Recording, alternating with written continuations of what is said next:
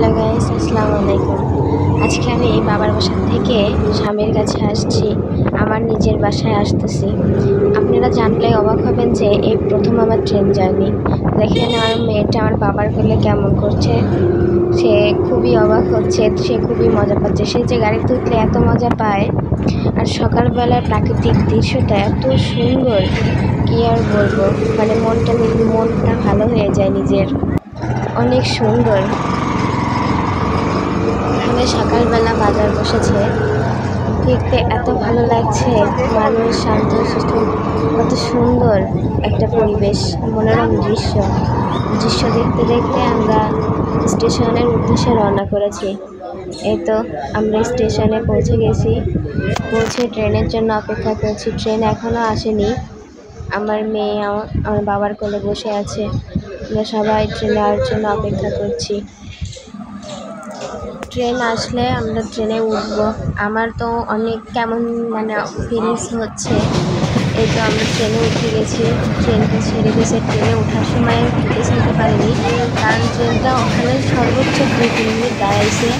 আমরা ওখান থেকে দৌড়ে এসে ট্রেন ধরছি আর কি, এমন একটা অবস্থা। তা বাসায় থেকে বের হওয়ার সময় ভিডিও করতে পারিনি, তাই কয়েকটা ছবি উঠেছি নিজে, ছবিগুলো অ্যাড করে দিলাম। ধন্যবাদ। দেখো, এটা হচ্ছে পরের দিন।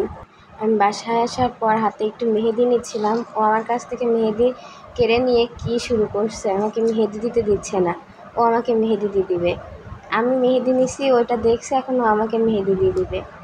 আমার মেয়েটা এতটা চঞ্চল, এতটা দুষ্টু, কি আর বলবো।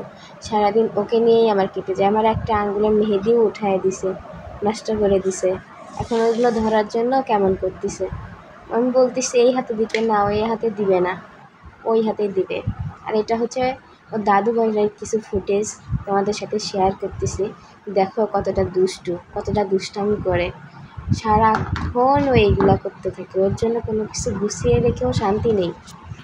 সারাক্ষণ শুধু দুষ্টামি আর দুষ্টামি, সারা বাড়ি মাথায় করে রাখে। এতটা চঞ্চল আমার মেয়ে, খুবই চঞ্চল। ওর দাদুর বাড়িতে গিয়ে খাটের নিচে হচ্ছে আলু রাখা আছে, আমাদের জমিতে চাষের আলু। সংরক্ষণ করে রাখার জন্য এরকমভাবে বস্তা পেরে বস্তার উপর রাখছে। তো ওই হচ্ছে খাটের নিচে গিয়ে ওই আলুগুলো আনতেছে, ধরতেছে, তারপরে আপনার ছিটায় ফেলতেছে। এখানে ছুরি মারতেছে, ওখানে ছুঁড়ে মারতেছে। দাদু ওকে বকা দিচ্ছে, ও শুনতেছে না, ওর মতো করেই যাচ্ছে।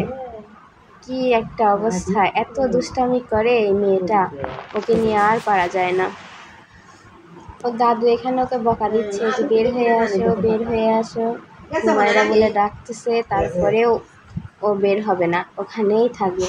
যখন ওর দাদু বলছে যে আলুগুলো নিয়ে আসো, বের করে নিয়ে আসো, রান্না করি, তখন ও ঘুরে দাদুকে লাঠি দেখাচ্ছে, ওইটা দিয়ে দাদুকে মারতেছে। এতটা দুষ্টু, ওকে বের হতে বলা হয়েছে জন্য এই কাজটা করতেছে। আল্লাহ হাফেজ।